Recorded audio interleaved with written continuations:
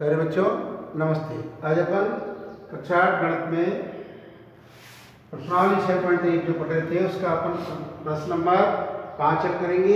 कल प्रश्न नंबर अपन ने 44 किया था, वो भी प्रतिरूप में था, और आज जो प्रश्न अपने दो हैं 5वां और 6वां वो भी इसी प्रकार से उन्हीं से संबंधित प्रश्न है।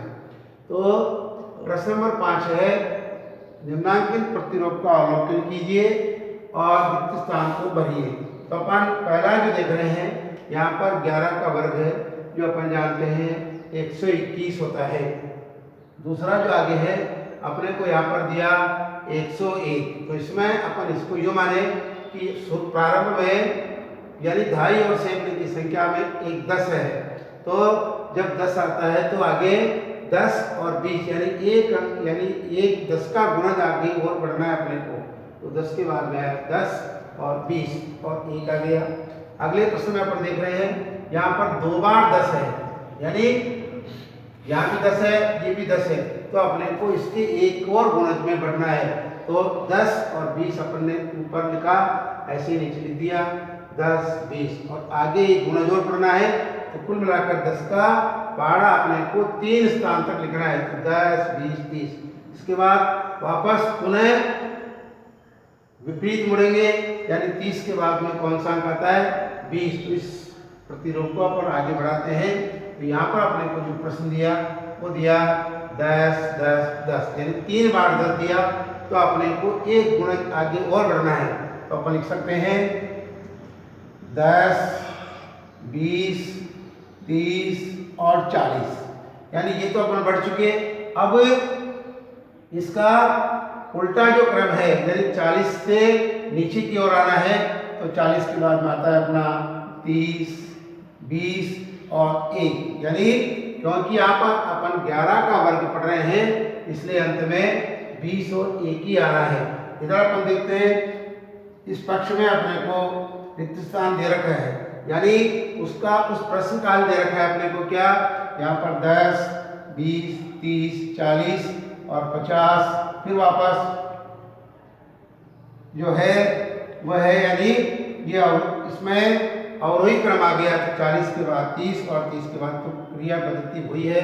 यहाँ पर अपने को 10 20 30 40, यहाँ अपने को 3 बार 10 दिए तो अपने यहाँ लिखा 40। यहाँ पर अपने को जो अंक दे रखा है वो 50 है, जिससे तात्पर्य हुआ अपना जो आएगा 10 10 10 और 10। 4 बार अपने को 10 लिखना है और अंत में 1 लिखना है। इस प्रकार अपन इस रिक्त स्थान की पूर्ति करते हैं। अब इसको आप देखते हैं यहाँ पर कितने बार है 10 1 2 3 4, तो अपने को एक गुणज आगे बढ़ना है।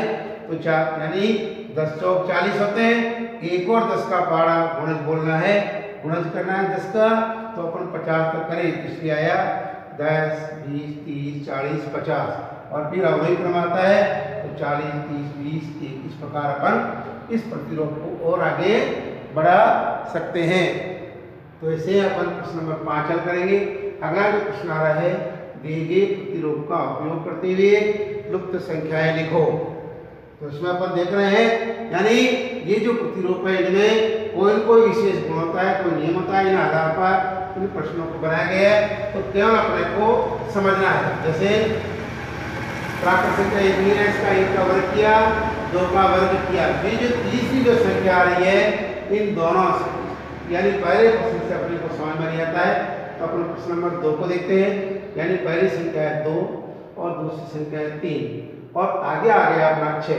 इससे तात्पर्य हुआ कि इनको दोनों को जोड़ते हैं तो 5 आने चाहिए, जबकि यहाँ आ रहे 6। इसका अर्थ हुआ कि पहली संख्या और दूसरी संख्या का जो गुणनफल है वो तीसरी संख्या हो सकता है, यानी 2 को 3 से गुणा करेंगे तो 2 तिया 6 और सब में घात 2 लग रही है तो इसका वर्ग हो गया। अगला जो प्रश्न है, यदि मान लो इसको अपन हल करते तो 2 की घात 2 का तात्पर्य होता है 4 प्लस 3 का वर्ग का मतलब होता है 3 तिया 9 और 6 का जो वर्ग होता है वो होता है 36। यदि अपन इनको जोड़ते हैं तो आता है इनका टोटल 49, यानी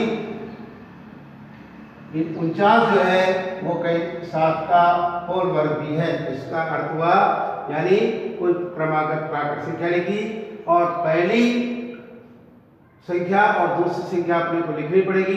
तीसरी संख्या स्वतः आती है। कैसे आती है? पहली को दूसरी संख्या से गुणा करते हैं तो तीसरी संख्या अपने को प्राप्त होती है। जब तीसरी संख्या आ जाती है तो उसमें एक आगे उसका प्राकृत संख्या गिनेंगे, यानी अगली प्राकृत संख्या कौन होगी? 6 के बाद 7, तो इसका भी अपन होल वर्ग लगा सकते हैं। इस प्रकार अपने को ये जो प्रतिरूप दे रखा है, फिर यहाँ समझते हैं 4 की घात 2 है, 5 की घात 2, तो 4 और 5 का गुणनफल जो आया वो 20, और 20 की अगली जो प्राकृत संख्या है यानी परवर्ती जो संख्या है 20 के बाद 21, तो उसका होल वर्ग कर दिया। ऐसे अपने को अभी एक प्रश्न दे रखा है यहाँ, इसमें पहली संख्या अपने को दे रखी है 5 का होल वर्ग, दूसरा जो संख्या है वो रिक्त स्थान में अपने को भरना है, और तीसरी संख्या दे रखी है 30। तो अपने को क्या करना है? इसकी 3 विधियां हैं। तो पहली विधि वह है जो संख्या अपने को 30 दे रखी, इसका तात्पर्य था कि यहाँ पर लिख सकते हैं तीसरी संख्या बराबर है पहली संख्या गुना दूसरी संख्या, यानी तीसरी संख्या अपने को कौन सी दे रखी है? यहाँ पर 30 दे रखा है। दूसरी जो पहली जो संख्या है वो अपनी 5 है, दूसरी संख्या को अपन अज्ञात कुछ भी मान सकते हैं, तो इसको मान लिया अपने x लिख दिया। जब अपन इसको हल करते हैं तो 5 को x से गुणा करेंगे तो आता है 5x। इस प्रक्रिया को अपन योग लिख सकते हैं 5x बराबर 30। पक्षांतर विधि नहीं किया, बाकी इस पक्ष को इधर लिया है और इस पक्ष को उधर लिख दी। प्रारंभ से लिख सकते थे, तीसरी संख्या को अपन उधर लिख सकते हैं, पहली और दूसरी को इधर लिख सकते थे। कुल मिलाकर अपने को x का मान ज्ञात करना है, तो x का जो मान आया वो आया 30, और ये 5 जो है ये हर के स्थान पर जाते हैं, तो अपना जो मान आया वो आया 6।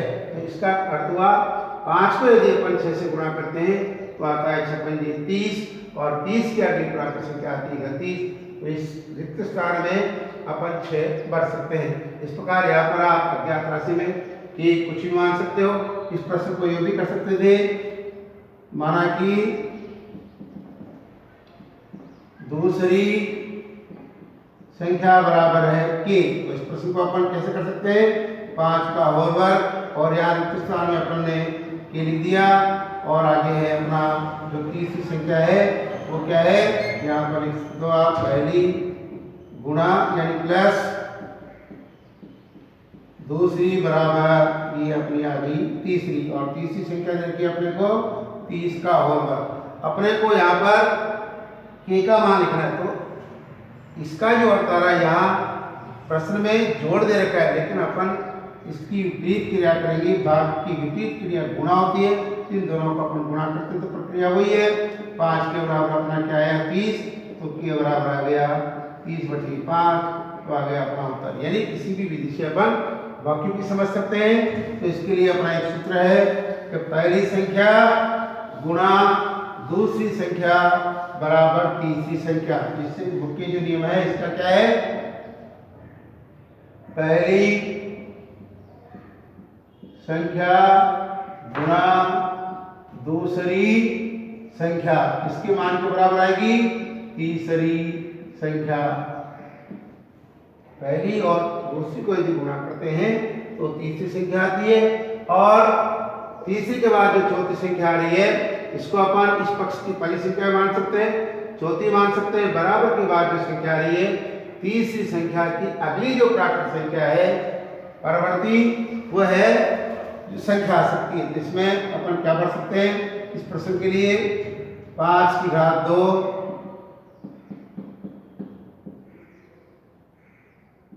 5 होल स्क्वायर, और यहाँ अपने को खाली जगह दे रखा था, और यहाँ लिख सकते हैं अपन 30 का वर्ग बराबर 31। तो यहाँ पर लिख सकते हैं दूसरी संख्या बराबर अपन क्या मान सकते हैं? x मान सकते हैं, कोई भी संख्या। तो यहाँ लिखेंगे पहली संख्या गुणा दूसरी संख्या बराबर तीसरी संख्या। तो अपने को पहली संख्या देखी है 5, और दूसरी को मान लिया अपन ने घात लिखा नहीं है, क्योंकि किसी में घात नहीं लिखा तो इसका मतलब ये और ये बात बराबर होती है। जब एक ही घात लगा देते हैं तो प्रश्न अलग हो सकता है। अपने तीनों की घात समाप्त कर दी, तो यहाँ पर लिख सकते हैं अपन 30, तो आ गया 5x बराबर 30, तो x बराबर है अपना 30/5, तो वो संख्या आ गई अपनी। तो यहाँ लिख सकते हैं दूसरी संख्या अपनी होगी 6। इस प्रकार इस प्रश्न को हल कर सकते हैं। एक प्रश्न और अपना वह है 6 का होल वर्ग प्लस 7 का होल वर्ग, और इधर अपने को तीसरी संख्या और चौथी संख्या अपने को पूछ रहा है। तो 2 प्रश्न हो गए इसमें। तो पहली और दूसरी का गुणनफल आएगा तीसरी संख्या, तो अपन लिख सकते हैं तीसरी संख्या को माना कि यहाँ लिख सकते हैं तीसरी संख्या बराबर x। तो यहाँ आएगा अपना पहली संख्या गुणा दूसरी संख्या बराबर तीसरी संख्या।